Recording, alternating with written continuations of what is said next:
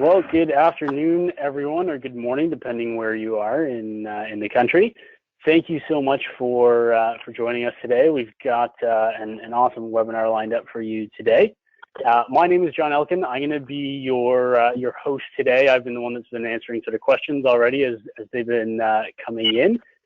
If you do have any questions as the webinar is going, please feel free to put them in the question box, and I will prioritize them and get them ready for the Q&A session at the end of the webinar. Just a couple of other quick housekeeping things. If you do have to leave early, don't worry, we are recording the webinar and we will provide a link. What I'll do is create a private YouTube link for everyone so that you will be able to access the webinar after the fact, or if you just want to review anything at a later date. So we've got a great lineup of speakers today. We're going to kick things off with the team at IDEaS. So Ben Whalen from IDEaS is going to give a quick overview from his end. We're then going to move into a presentation from ISED on the basis of the ITB policy. And today we're going to be focusing on things from an SME perspective. So we're going to be looking at things mainly from that perspective. And then we're going to have two industry presentations. So really excited about this. We have VARD on as well as C-SPAN. So two organizations, big in the marine sector, very involved in IRBs and ITBs. And very involved in building the next generation fleet of ships for Canada on the Coast Guard side, the non-combat side, and just about everything in between on that end. So very excited to hear from them and what those types of organizations look for when connecting with industries.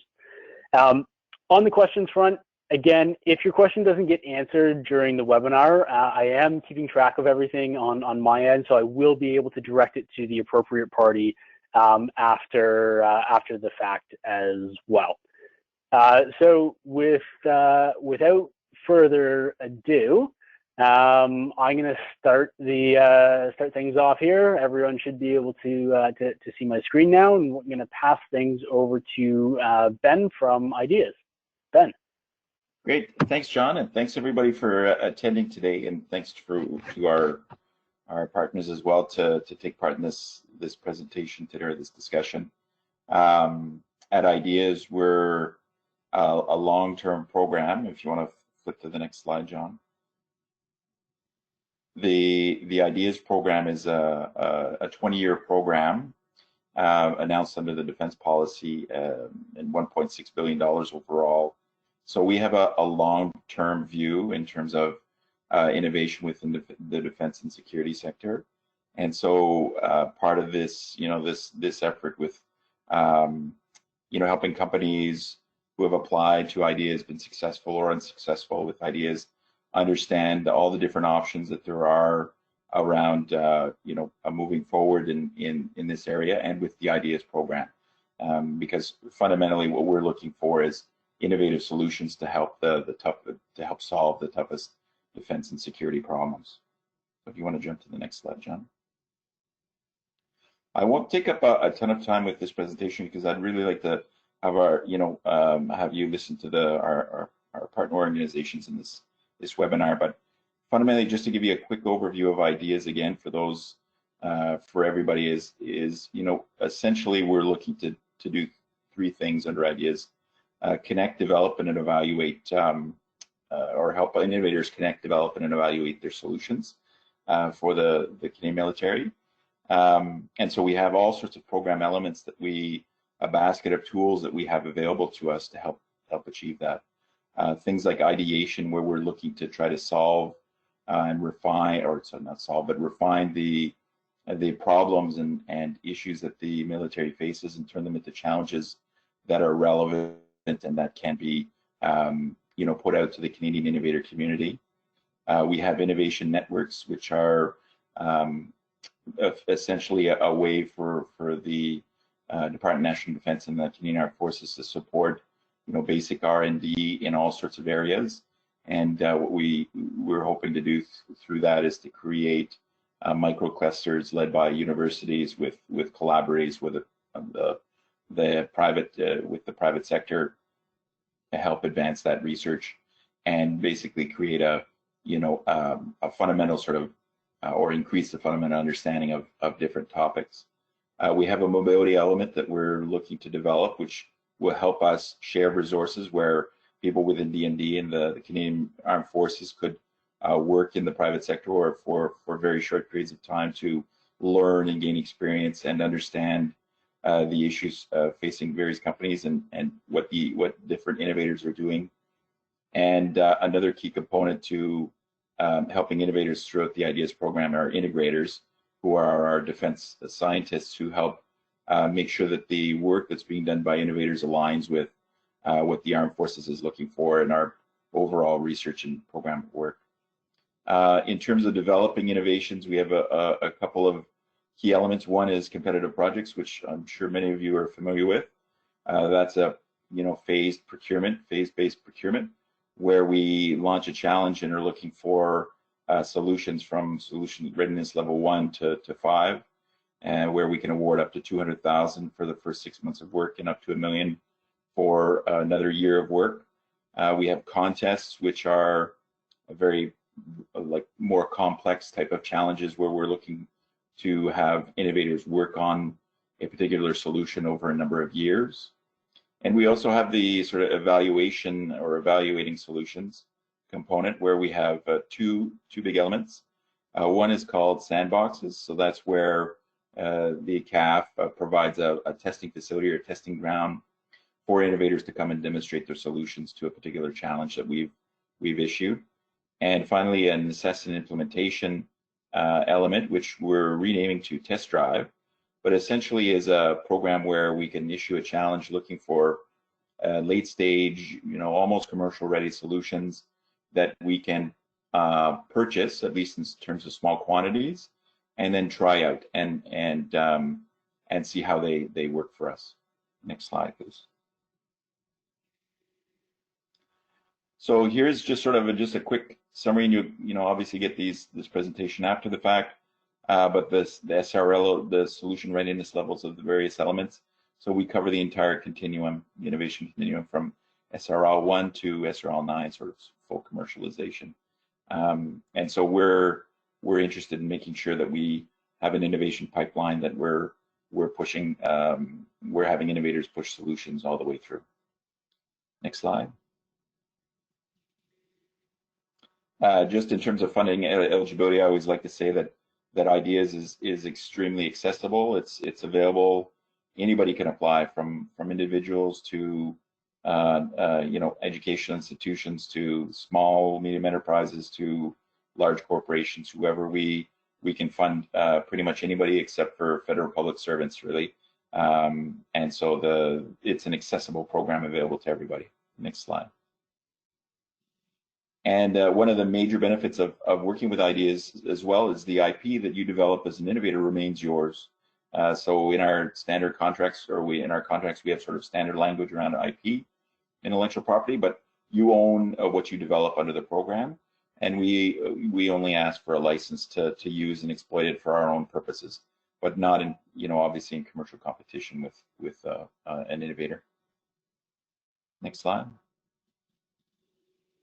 And just to give you some sort of highlights where we're at. So I mentioned that the IDEaS program was launched under strong, secure, engaged. 1.6 billion over 20 years. So we're in entering year 3 there now almost. And this is what we've achieved so far in terms of major pieces. We've launched or issued 45 challenges. We've funded over 260 entities. We have a number of challenges still coming up, and that again gets to the long-term nature of the IDEaS program. Whether you've been successful or not, there will always be more opportunities with the IDEaS program, new challenges, new options, and so the important part is to follow the program and to keep abreast of what challenges we're launching. So that's that's really a real value of IDEaS is its continuity in that regard. And just for example, we've also committed and spent almost $100 million. So we're moving along. Our pace is increasing, and we're getting to sort of full capacity after the first couple of years of work of setting things up and everything like that.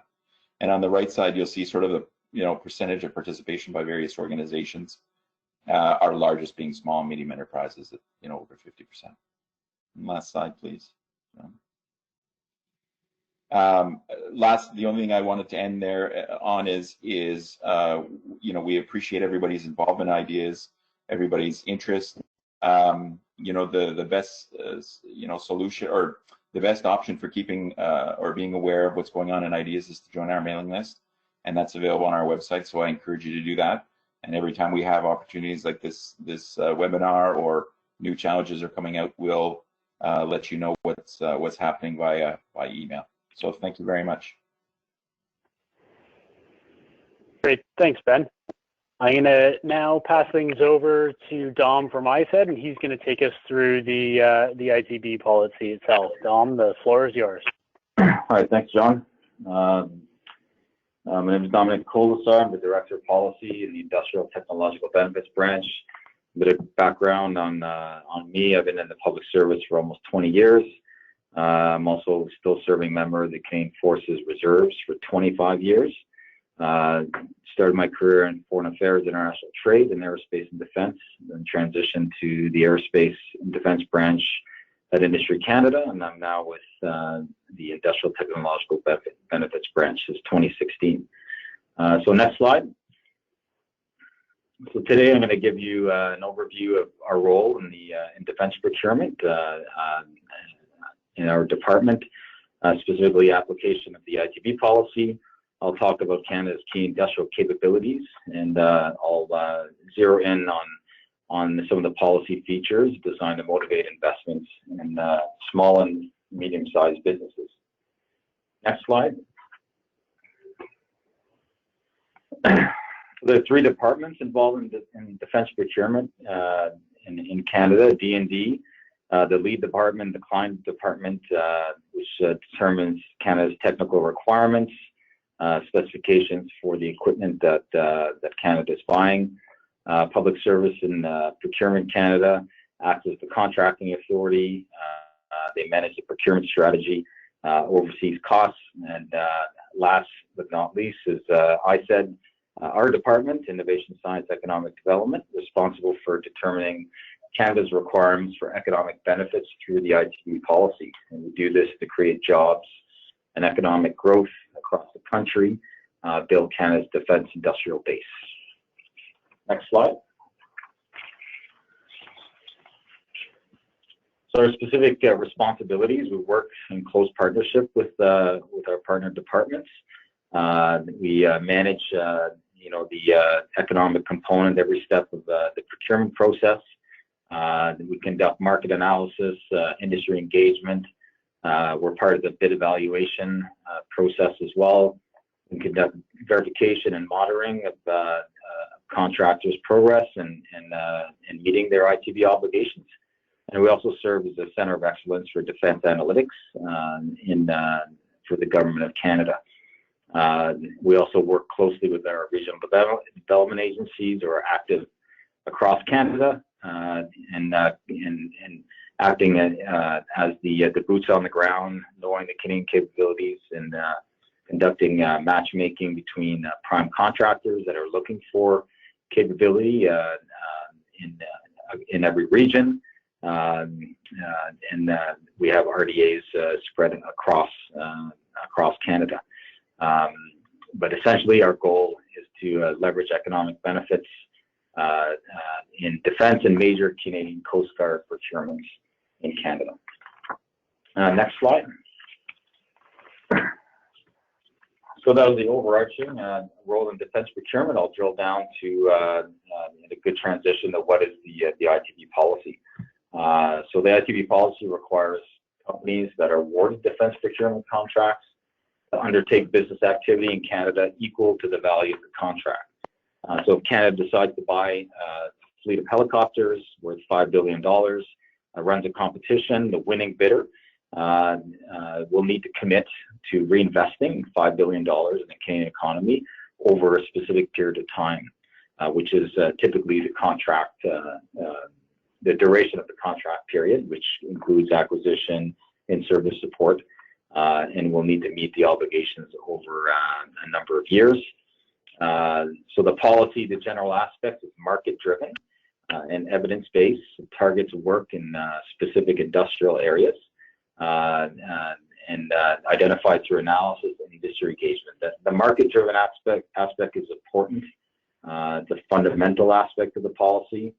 Our requirements encourage the successful contractor to put investments into Canada that makes business sense. This increases the likelihood of creating relationships with Canadian firms that are more likely to continue beyond the life of a contract. So we're not prescriptive.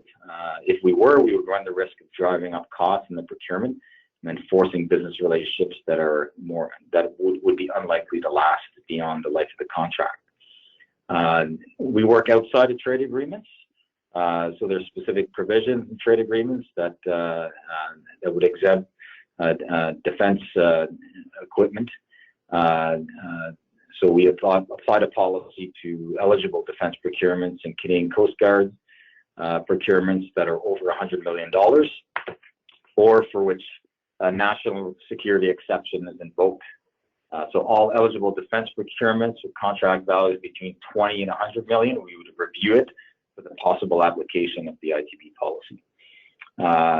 So the policy requires bidders to put forward, plans as a mandatory requirements, regional plans for small and medium-sized businesses, which is typically 15% of the overall contract,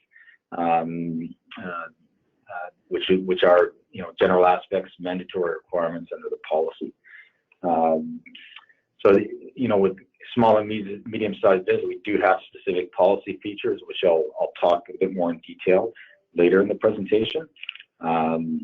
What's key here is the application of the ITB policy.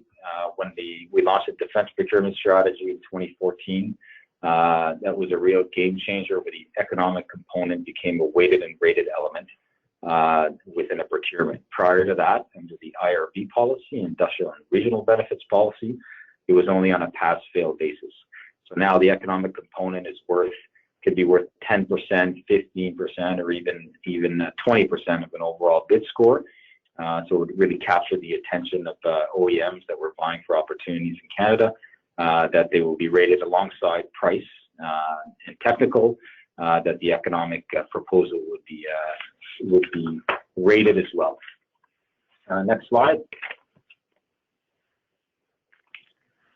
So I'll talk a bit about some of the transaction types.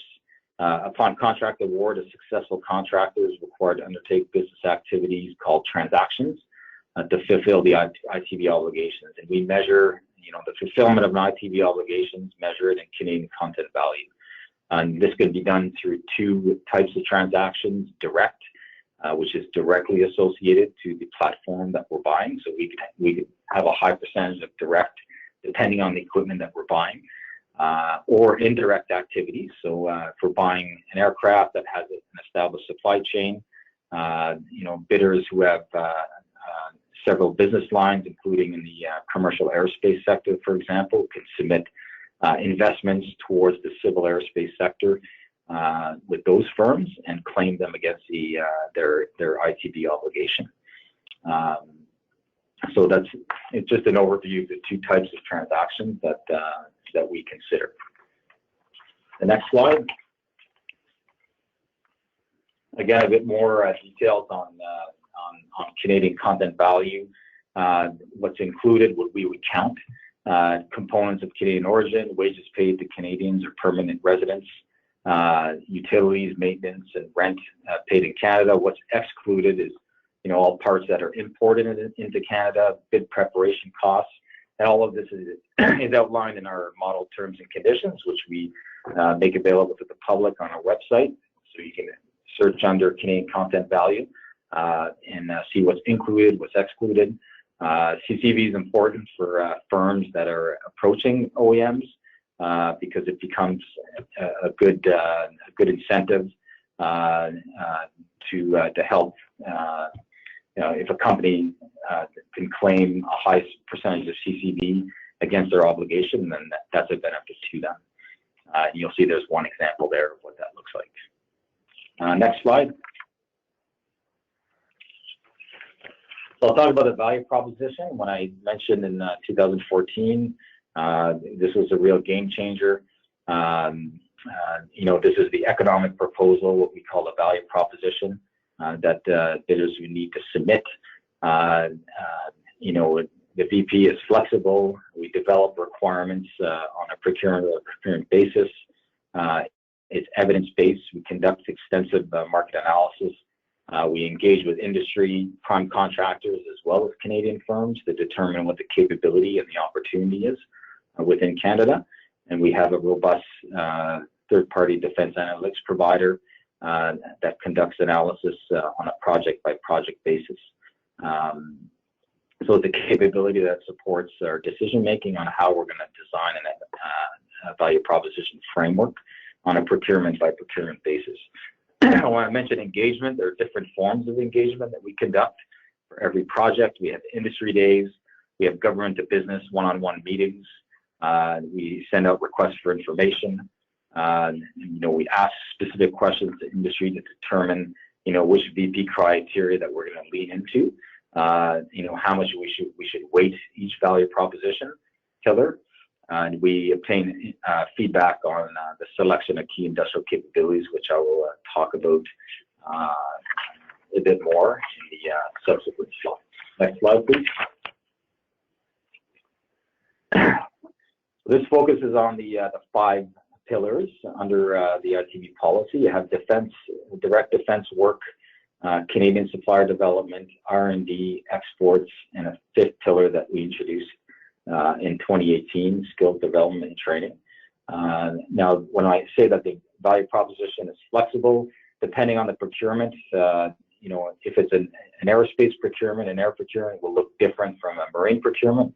We have the ability to apply some pillars, not all, depending on the platform that or service that we were looking to purchase, and where does it fall into if it falls into a key industrial capability, then we will weight certain pillars more heavily than others, and depending on feedback from industry, depending on the landscape, what we see is the potential bidders will all influence how we design and weight the different pillars. Direct defense work is specifically related to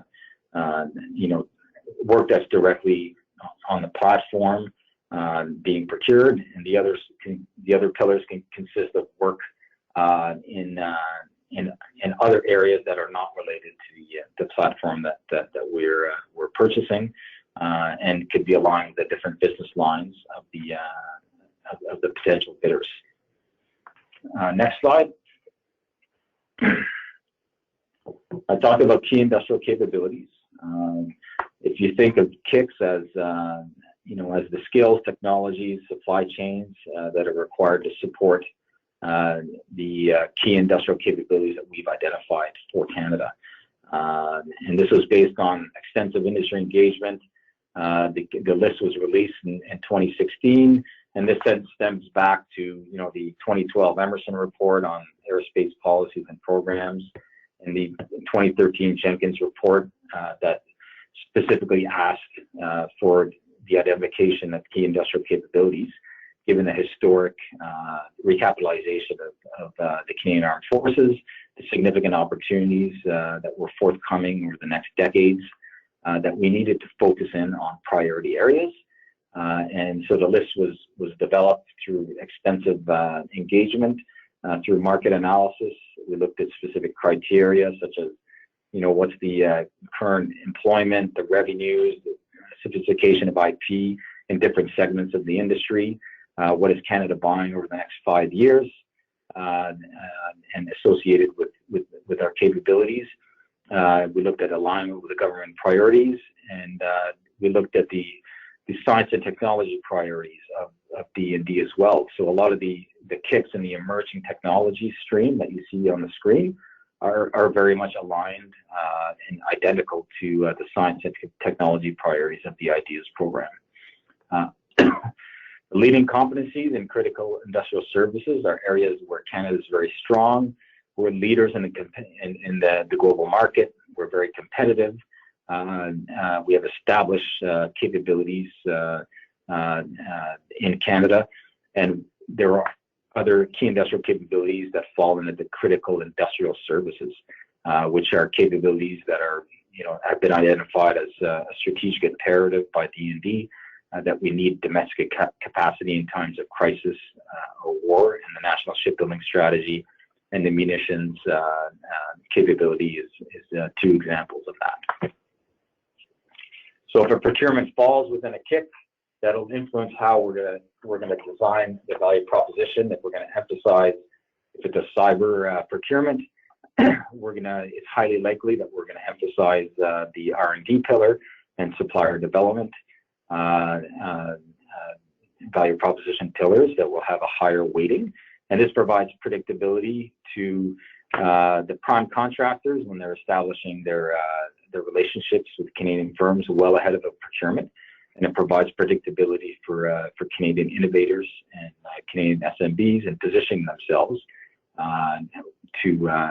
when approaching potential bidders for large procurement contracts. Next slide. This slide talks about some of the considerations that we take when we're determining if we're going to apply a higher scoring on key industrial capabilities, or how we're going to weight a specific VP pillar. We look at the domain. If it's a land procurement or a marine, there's a procurement approach, the strategy, is it sole source, is it competitive?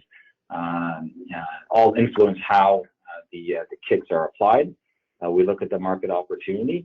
If there's evidence-based rationale to apply a specific KIC, we look at the capabilities of bidders and the capacity of the Canadian industry to respond to the opportunity. And we look at the alignment with technical requirements as well. So D&D sees it in importance in a specific capability, then we use the ITB policy to double down and support D&D, support strong, secure, engaged in a given procurement. Next slide. So this is a brief summary of the ITB portfolio. Since 1986, we've applied the policy on 161 contracts. You'll see almost 47 billion in obligations, 7 billion in activities that are in progress. And the large number on the screen, 3.7 billion, are work opportunities that are obligations that the prime contractors have not yet identified, and that are opportunities for Canadian innovators, for Canadian business. And that number doesn't include the generational procurements that are currently in queue, such as the Canadian Service Combatant, forthcoming of the FFCT project, and the future aircrew training. Next slide. So I'm going to spend a bit more time on the next few slides. As I stated, the key objective of ITB policy is to motivate investments in Canadian small and medium-sized businesses. Now, SMBs represent more than 90% of firms in the Canadian defense industry. They're a foundational pillar for the supply chains of larger tier defense and aerospace multinationals. Just a point to note that under our terms and conditions, a small and medium-sized business is defined as a company with fewer than 250 full-time personnel as of the date of entering into a transaction. And it's important to note that subsidiaries of prime contractors or subsidiaries of eligible donors, which are companies that that work to support a prime contractor in fulfilling their obligations. Subsidiaries of eligible donors on any contract with obligations do not qualify as SMBs. In addition, agents or distributors of foreign goods and services do not qualify as SMBs either. But under the policy, we have three main tools to motivate investments in SMBs. The first is a mandatory requirement that bidders must put forward work activities with SMBs, at least 15% of the contract value of a project, which is significant. When there's a market-driven rationale, we could assign value proposition points to motivate more work above and beyond this 15%. And so we have the flexibility within our policy to go above 15% if we see that there's opportunity to do so. If a specific industry segment, take the cyber industry segment that has a very high percentage of SMBs, we do have a flexibility to go above that percentage. The second, on transactions with small and medium-sized businesses where their product or services has a Canadian content value of at least 70%, the portion of the transactions CCV that equals to or less than $1 million will be deemed to have a 100% CCV for reporting and verification purposes. So this is what we call the Canadian Content Value Boost, the SME Boost. So any portion of the transaction CCV that's over 1 million will use the actual CCV as calculated. Anything under that will boost it up to 100%, which motivates prime contractors to source work from Canadian SMBs because it'll give them more credit towards their obligation. And lastly, we have what's called the investment framework policy feature, and I'll speak to that in a bit more detail. But just as in terms of statistics, over the 2013-2017 period, investments as a result of the ITB policy have helped scale up close to 450 SMBs in all regions of Canada. So I'll give a bit more details on the investment framework, which would be an interest to the target audience. So next slide, please. So the investment framework, or IF, as it's called, it's become very popular. It's gained a lot of traction since 2015. It's a crediting tool under the ITB policy, which encourages contractors to make long-term investments in Canadian SMBs, in Canadian innovators. These are investments in innovation-related areas involving R&D and commercialization activities. So the IF awards credits to prime contractors on a multiplied basis to reflect the estimated future potential of economic benefit of an investment. Okay, there are three multiplier types based on the nature of the investment. Okay, one is cash for R&D activities or a license for intellectual property would have a 9 times multiplier. And you'll see the example on the screen here with the C-130J Super Hercules program. Okay, you had Lockheed Martin establish an agreement with Manivito Systems, a Quebec-based firm, SMB. It was cash for R&D activities and commercialization, and they received a 9 times multiplier on that investment, which was $10 million. You also have cash for purchase or in-kind transfer of equipment. We would attribute a 7 times multiplier under the IF. And also we have in-kind transfer of knowledge and or marketing or sales support, which we would provide a 4 times multiplier. For investment framework transactions that are proposed in a value proposition, this is more a note for bidders. We would only take the non-multiplied face value of the transaction's initial investment to count towards the evaluation of the value proposition for scoring purposes. But if that contractor wins, is the winning bidder, then the full multiplied value of the transaction would be confirmed and applied after contract award. So we have more details on the investment framework, which is listed in our terms and conditions on our website for everyone to access. So on the next slide.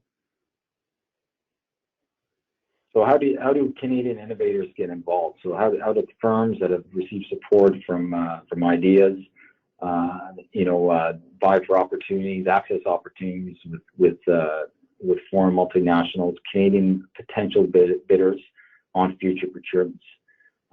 So the best position your company or organization for partnerships as a result of the ITB policy, you can consider the following points.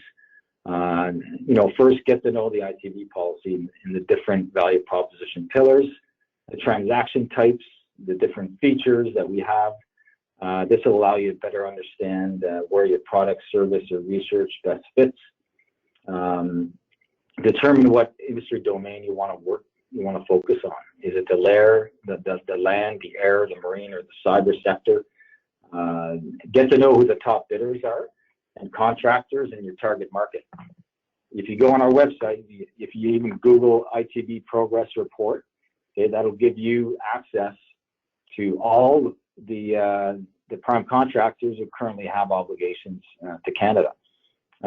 You can also browse by project, project specific as well, and you'll see what the overall obligation is, what's currently in progress, and what's outstanding to help you zero in and focus on a specific bidder. If you conduct your research on the bidders, you'll know what their business lines are, what their research and development and science and technology priorities are, to be able to approach them where you see a match. And there's public available information on company websites and annual reports, which is a pretty good place to start. Also, our advice, really understand key industrial capabilities. Or do you see yourself in a specific KIC? If you look at KICs on our website, you'll see a definition for each key industrial capability. To be able to identify yourselves, if you've gone through IDEaS, it's highly likely that that project or capability is aligned with the emerging technologies stream of the KICs list. I talked about CCV. Determine what your Canadian content value is of the product or service. This will be a competitive advantage for you. And investigate what specific company credentials, certifications that you need as well. As a standard practice, visit the Buy and Sell website. This is where we post the industry engagement activities. And don't underestimate your voice at these industry engagements to communicate, what you think the areas where we should lean into when we're developing a value proposition framework, or where should we attribute additional points in a key industrial capability area. I talked about regional development agencies. Depending on where you're located, each region has an RDA that you could work with, which is a great source for matchmaking with potential bidders, multinationals that are looking for capabilities across Canada. And the D&D Defense Capabilities Blueprint page, you could browse by key industrial capability to see which projects fall into which KIC that are forthcoming in the next 10 to 20 years. So you're able to better plan your business development strategies and your engagement with those prime contractors. Next slide. So overall, as I mentioned, the VP is market-driven, based on analysis, engagement with bidders, engagement with Canadian stakeholders. When we develop our VPs, the application of key industrial capability depends on the procurement type, the market opportunity, the alignment with technical requirements. It is a means to focus on a specific area, specific capability where Canada is strong or where there's emerging technologies. A key objective of the policy, among others, is to motivate strong investments in Canadian SMBs, which is critical because SMBs make up 90% of the defense industry in Canada. Next slide. So we got helpful links that you could take away. We're very transparent as a nation in what we do, how we apply the policy. You can see how you get involved, our model T's and C's, the kicks list, and we have a useful VP guide, value proposition guide, which gives you some examples on different application of VP pillars within procurements and useful annexes, and contact information for regional development agencies. Next slide. If you have any specific questions, don't hesitate to send us a message. We'll get back to you. We got a 5-day business standard to get back to you with answers, and we're always happy to respond to your questions, or if you're ever in town, we will never refuse a meeting with Canadian firms. Next slide.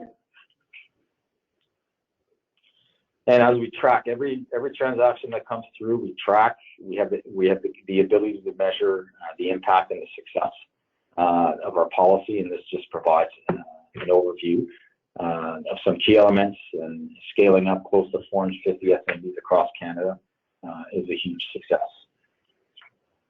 Next slide. And that's the end of my presentation. Thank you for your attention, and I'm always happy to answer questions either in the Q&A or after the webinar. Awesome. Thanks so much, Dom. That was a great overview of everything ITBs. There were a lot of questions that did roll in, so I will make sure those get passed on to you. But now I'm going to turn things over to the team at VARD and let Rishi take things from here. Rishi is going to present on VARD and their interactions with ITB. Rishi, the floor is yours.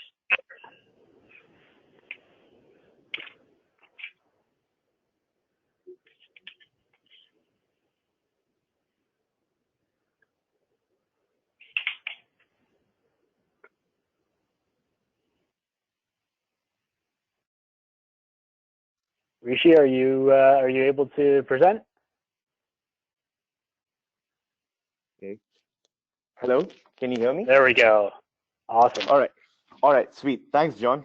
So I just wanted to introduce myself. My name is Rishi. I work as the offset business specialist for VARD, VARD Group in Canada, which basically consists of VARD Marine and VARD Electro. VARD Marine is an independent subsidiary of VARD Group, and VARD Electro is a subsidiary of VARD Electro Norway. Could we go to the next slide, please? All right, so yeah, the agenda that I wanted to cover today was just the introduction, overview, the strategies that we have utilized as a company, a bit on the procurement process, which would be interesting for suppliers and vendors.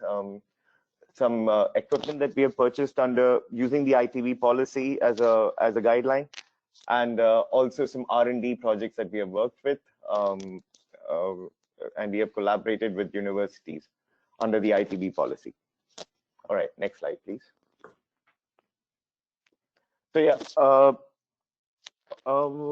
yeah, this is our timeline for our main projects. We are directly obligated. We have indirect obligations for both these contracts, and this is our timeline that we need to kind of focus on, and it's the ITB obligations need to be fulfilled in a similar timeline as well. Could you go to the next slide, please? So yeah, the strategies that has worked for us, we've primarily used 4. The first one is through procurement. We identify Canadian suppliers with high Canadian content.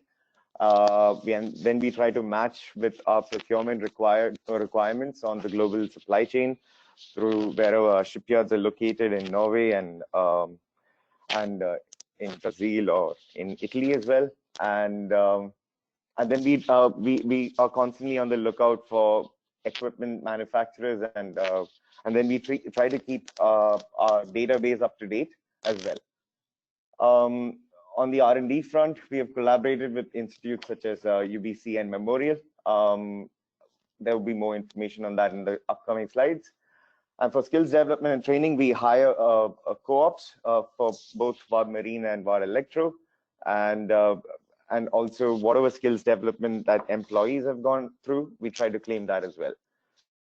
And on an SME engagement, we try to again engage by subcontracting direct work, and then yeah, like we again, this is based on our requirement through the project, and we are again constantly looking for SMEs out there who would be able to match the service that we are looking for.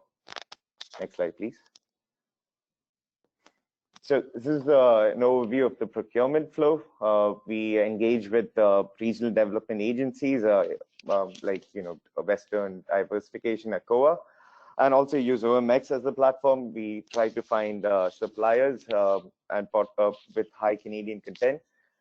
Once we get a good number of suppliers, we try to strategize. We figure out what we weigh our options, take into consideration details about the company. We develop a bidders list, and we look into details of procurement, delivery, certification, etc. And then we also consider whether we need to flow down our terms, which we have gotten from the prime contract as we are tier 1.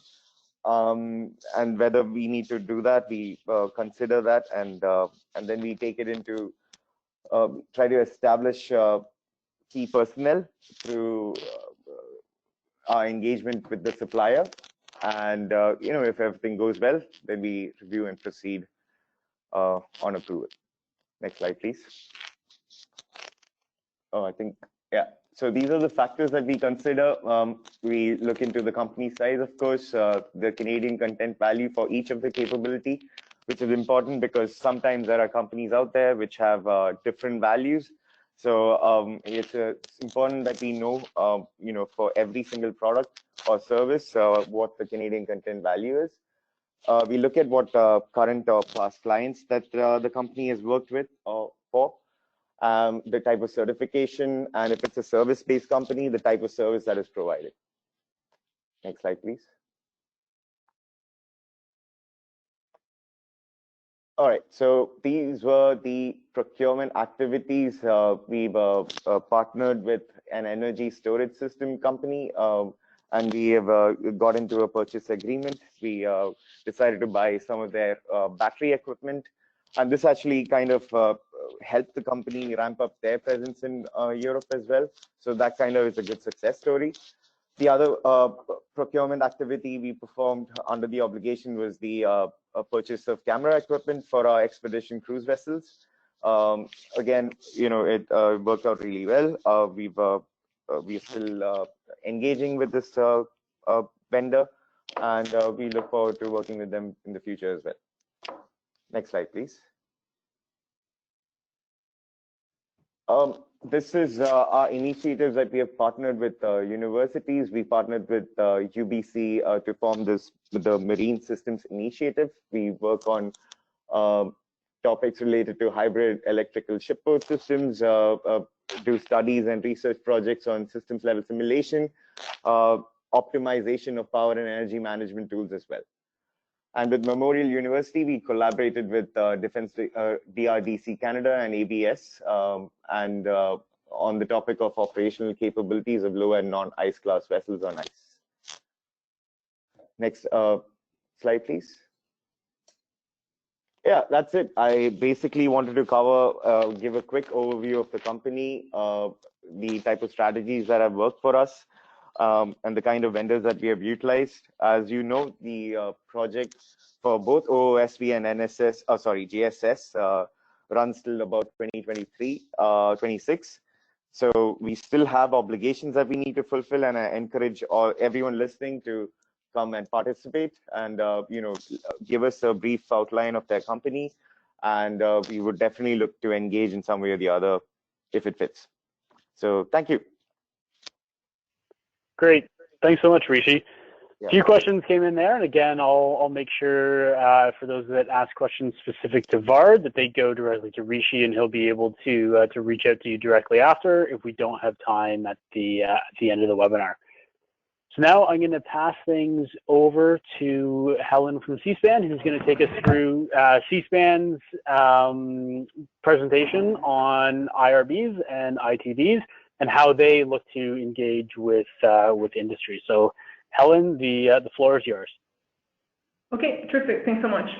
So I'll give a little bit of context to what the environment is at Seaspan Shipyard before I dive into the deck. As you'll likely notice, the Bard had covered some ITBs, and on my presentation right here, I make reference to IRBs. And so a little bit of context is our under the new construction side of our business, our contract was signed back in early I think around 2012, if I'm not mistaken. So it was before the ITB policy came into place. And so all of the obligations that we have here at Seaspan Vancouver Shipyards, it falls under the Industrial Regional Benefits Policy. The investments that we make to industry in terms of R&D and to the greater marine industry are funded or are delivered under what is previously or what is currently administered by a different department and is also, to make things confusing, also called value prop, but it's not value prop as it's defined in the current ITB program. So a little bit of context is that I manage the Industrial Regional Benefits, part of the compliance program, and at Seaspan, value prop defined differently than the ITB policy, but the value prop program is managed by somebody else. So the presentation here today focuses on what we're doing for Industrial Regional Benefits. So next slide. There's a little bit of background on just who Seaspan is in case there's anybody on the call that isn't familiar with our overall business. We're privately owned. We're a Canadian company that does work on the West Coast for marine overall. We have Seaspan as a whole has a marine transportation side of the business. So they do marine petrobulk, Seaspan Ferries, which is a commercial ferry company, and marine transportation. The side of our business with respect to shipyards is the one that has IRB obligations with the Government of Canada. And within Seaspan Shipyards, we have overall 2,700 employees, both on the island, working in our Victoria shipyard, as well as the two shipyards here at Vancouver Shipyards and Vancouver Dry Dock. It's the next slide. So those are, this is the Vancouver Shipyard side of the business. As I mentioned, there's two sort of locations here in North Vancouver, and there's a location shipyard in Victoria. Our Victoria shipyard primarily handles the Government of Canada's Navy fleet. They do a bit of the Coast Guard repair and refit work.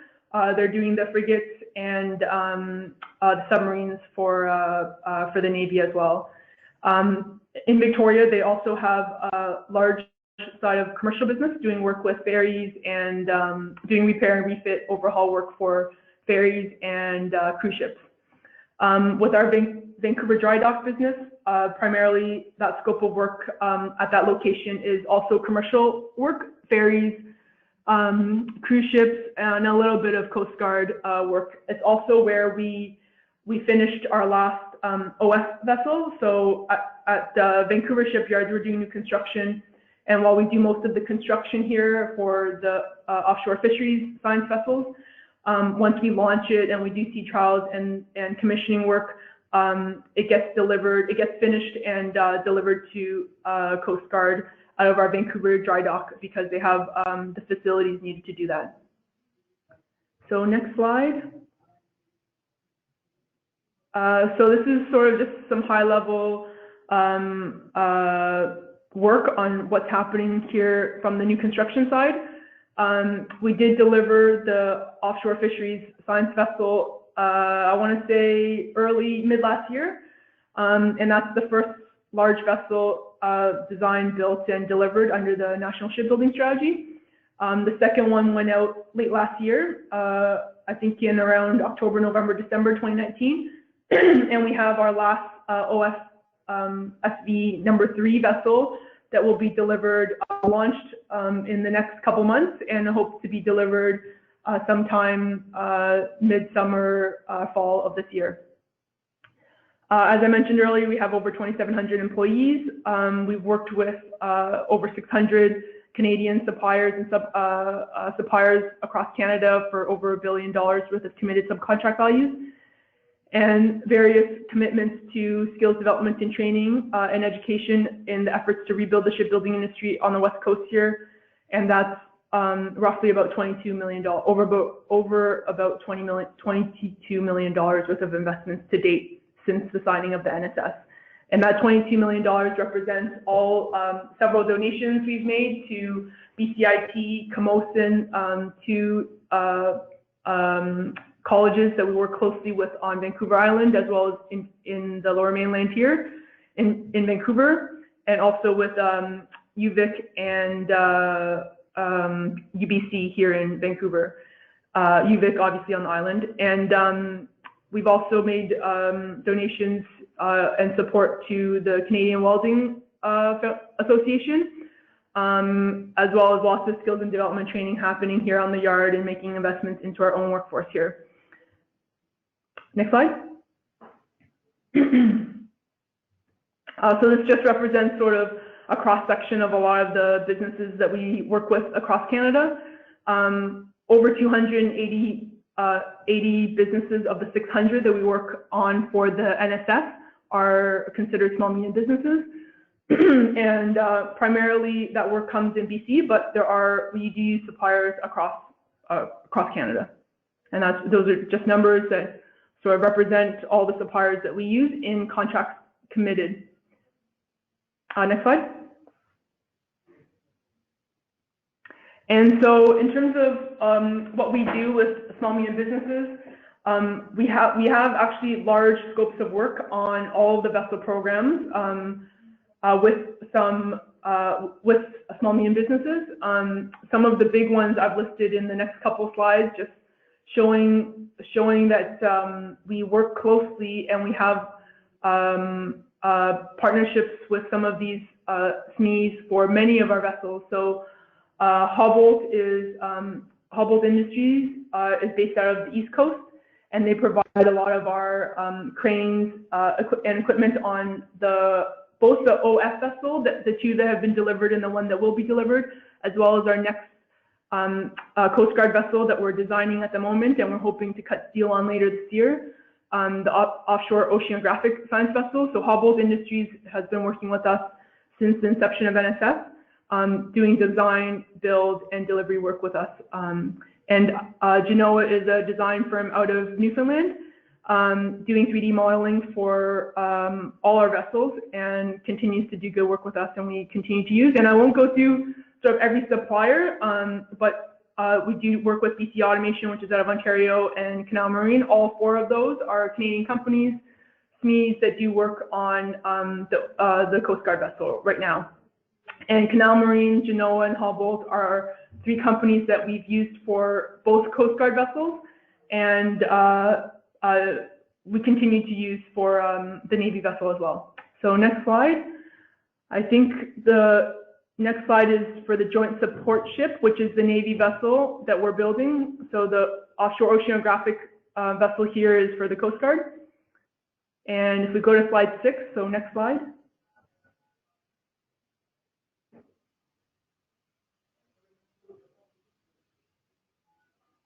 I'm just pausing here. Can we get to the next slide by any chance? Yeah, Helen, I'm on the IRB slide. Do you want me to go to the JSS slide? Yeah, if you go to the JSS slide, that would be great. I guess my screen is frozen because I'm still looking at the offshore oceanographic vessel. Okay, we're on JSS for you. Okay, no problem. I'll just open up my own slide deck. So on the JSS slide, again, these are Blumetric we've worked with several times before. They're an Ontario company. Hepburn Engineering is delivering our RAD system on JSS. Jastrom Engineering and Ideal Welders are both companies we've used before, and Ideal Welders happens, as I mentioned before, having long-term scopes of work with some of these SMEs. Ideal Welders does pipe school fabrication, and they've worked with us for all three of our vessels. So if you go to the next slide, will be the industrial regional benefits. And So as I mentioned sort of at the top of the hour, under the NSS scope of work, we are under the IRB policy. And so within the IRB policy, the requirements for that still remain largely similar to what it was when it was at its inception. So we have a commitment to the government to undertake business activity up to 100% of our contract value. And when the ITB policy was introduced in 2014, we, because all of our contracts were already signed and underway, we are still with the IRB policy. And so if you go to the next slide, in terms of how we engage industry and how we work to ensure that we're working with as many Canadian businesses, in particular SMEs, as much as possible. A lot of times when businesses have approached me at the trade shows that I go to, we get pitched on a lot of sort of innovative products. And for us, for new construction anyhow, we are primarily here to deliver what the Coast Guard and the Navy have asked us to deliver. So to oversimplify it, if I can, we don't build the Cadillac if the Coast Guard has asked for a Corolla. So we don't make decisions on behalf of the government to buy something above and beyond what's asked. So my feedback when I hear really exciting, great ideas is to pitch that to the customer, the ultimate customer first, because they need to understand that technology, be on board to put that on their next fleet before we would then in turn go out to compete and look to buy it. So when you're looking for innovation, make sure the innovation is relevant to our business line and relevant to the customer that for which the NSS is meant to deliver to.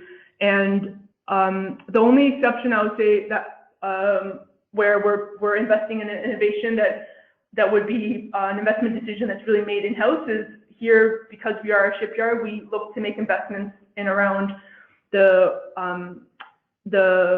our ability to deliver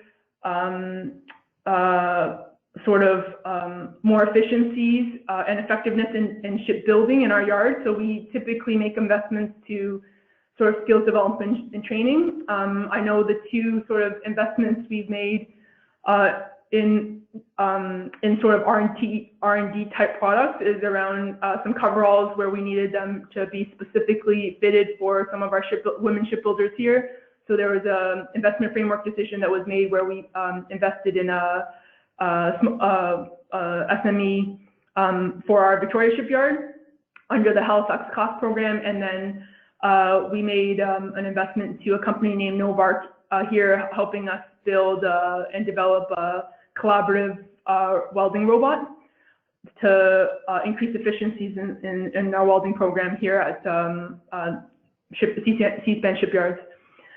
In terms of how industry can maximize their impact as well is maximizing your Canadian content.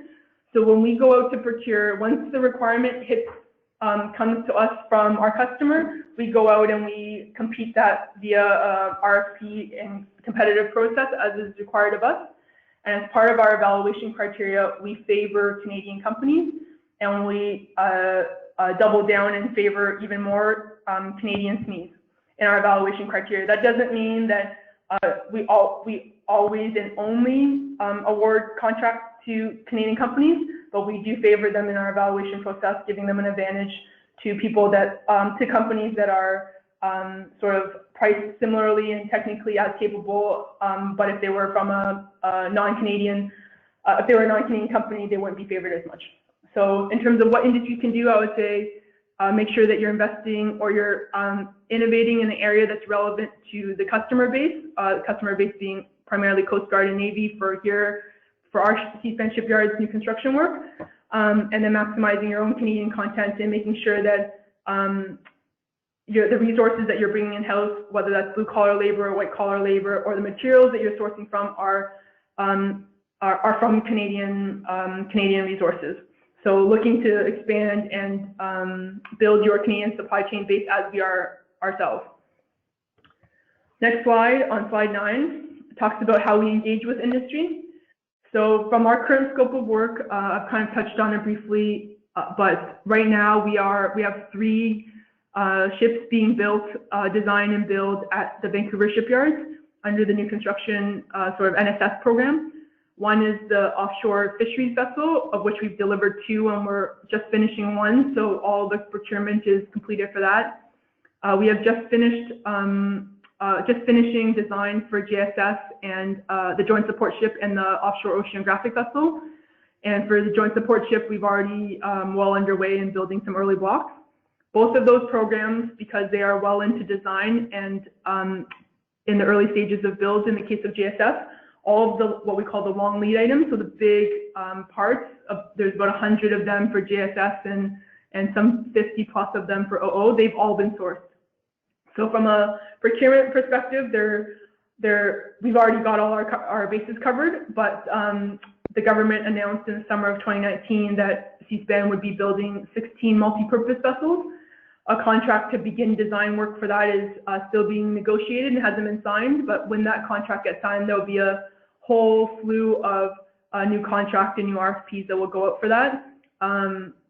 We don't have an MPV design contract yet, so it would be pretty preliminary for me to announce when we would start procurement, but if I had to just put my thumb in the air, I would say probably at the earliest late 2020 and sometime in 2021 is when we would start to look to buy some of those long lead items and start to procure again for that vessel, or look to procure for that sort of fleet of vessel. And when we do that, when we know that there's big procurements that are coming up that we need to engage the industry for, we'll participate in all the industry events. We do still participate throughout the year in some of the big events, but we'll go out and double down and try to participate in events for every region if we can, when we know that we have big procurements coming up.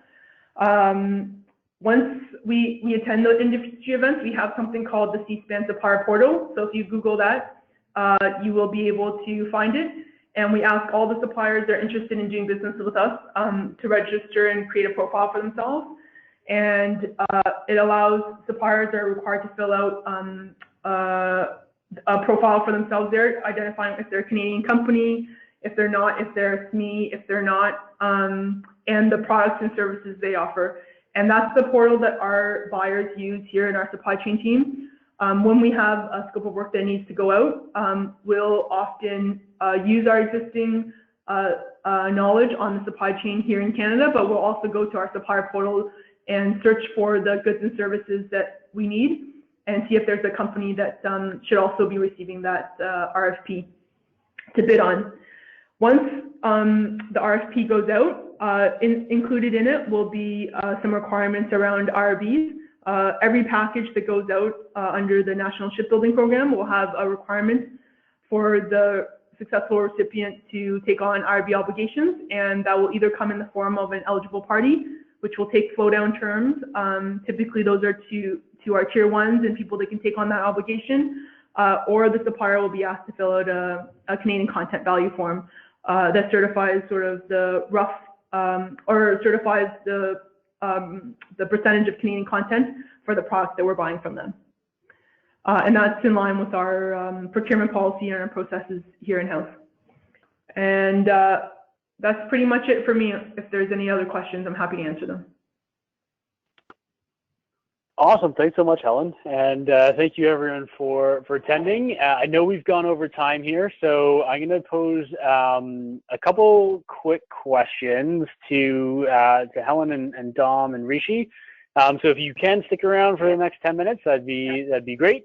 If not, if you have asked a question during the webinar, I do have it here, so don't worry. I will get it out to the appropriate party.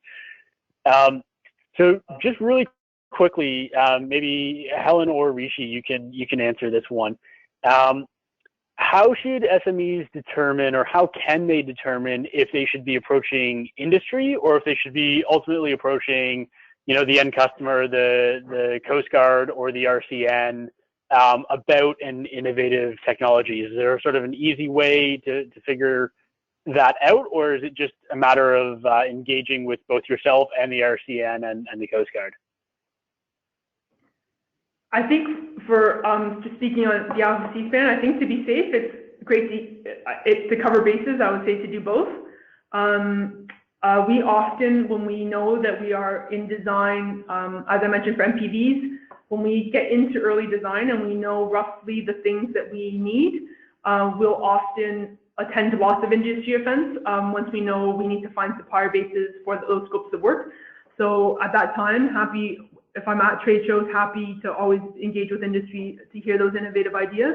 But ultimately, at least in the last couple of trade shows, I received a lot of really great ideas, but they were for products that just weren't required for the vessels that we're in the process of building. So those are really ideas, and I mentioned it to the individuals that engaged me, and so I pointed, in that case, I pointed it to them in their direction.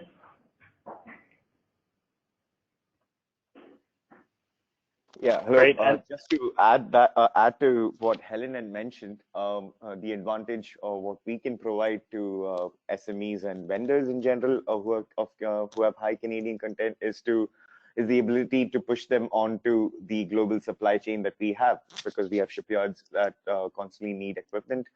The one thing that companies have to figure out is its export capability of the product, and to figure out if it's the certifications required. And but always a good place to start would be with the government first. But yeah, these are some of the factors that we look into when we want to push a product, to our global supply chain. Thanks. Awesome. Dom, I'm going to flip a couple of questions at you right now. So one, are you able to expand a little bit more on causality and the importance of causality for IRV or ITB transactions? Two, can you stack multipliers? We've had a few people ask about if multipliers can be combined in any way. And then finally, just this one's more out of curiosity from a couple of people. What happens if an obligor does not fulfill their IRV or ITB obligations? Okay. So I'll address the the eligibility criteria. So causality, incrementality, timing, eligible donor. Other criteria such as level of technology are key eligibility criteria under the policy. For causality, which has been around under the IRV policy and the transition to ITB, is fundamental to our policy. So this is where prime contractors need to prove that the ITB policy was one of the factors that influenced their decision to undertake the work in Canada. We encourage the contractors to engage with us early.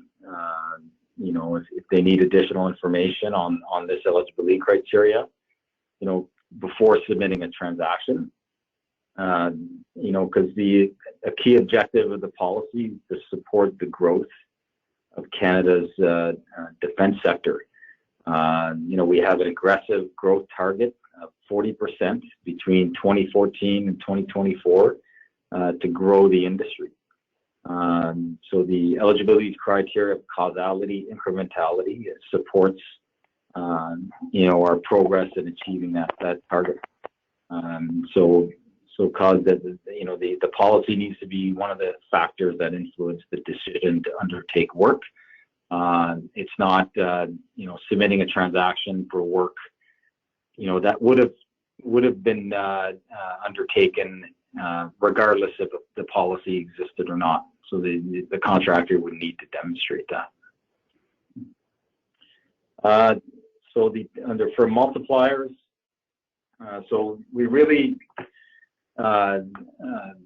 we take a very specific approach to applying multipliers.